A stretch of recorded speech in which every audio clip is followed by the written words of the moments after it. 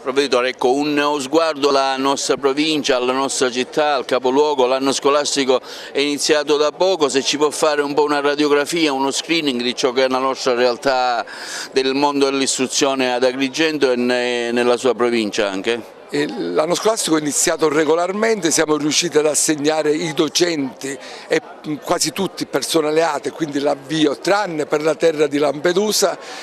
dove andremo la prossima settimana. Le difficoltà di Lampedusa li conosciamo tutti, ma anche lì dobbiamo far partire l'anno scolastico. È una nostra provincia, una provincia, come dire, ricca di intelligenze, basta guardare i risultati non solo dei ragazzi che si sono maturati, ma io sapete guardo soprattutto i ragazzi che per primo anno entrano a scuola, quindi i ragazzi nostri dell'infanzia, i nostri alunni della scuola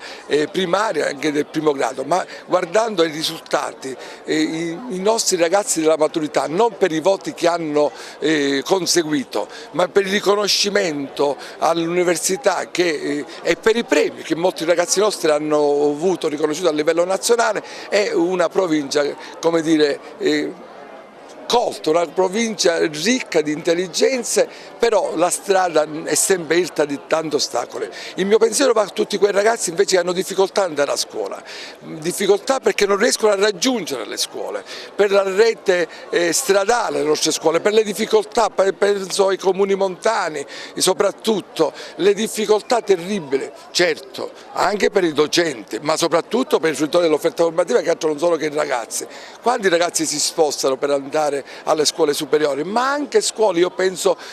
a Caltabellotta, penso a Sant'Anna, ma anche da questo lato, quante difficoltà per raggiungere le scuole, anche per i bambini. Pensate che noi non abbiamo potuto autorizzare classi in alcune zone perché c'erano pochi ragazzi, 4, 5, 7, non potevo autorizzare classi purtroppo, quindi anche i bambini, oltre che i ragazzi grandi, che dovranno muoversi in zone, come dire, pericolose. Quindi questa è una preoccupazione e poi guardiamo con attenzione alla sicurezza e stiamo lavorando tantissimo sulla sicurezza. Io so che parleremo adesso con il prefetto per fare anche un monitoraggio sulle scuole messe a sicurezza. Ecco.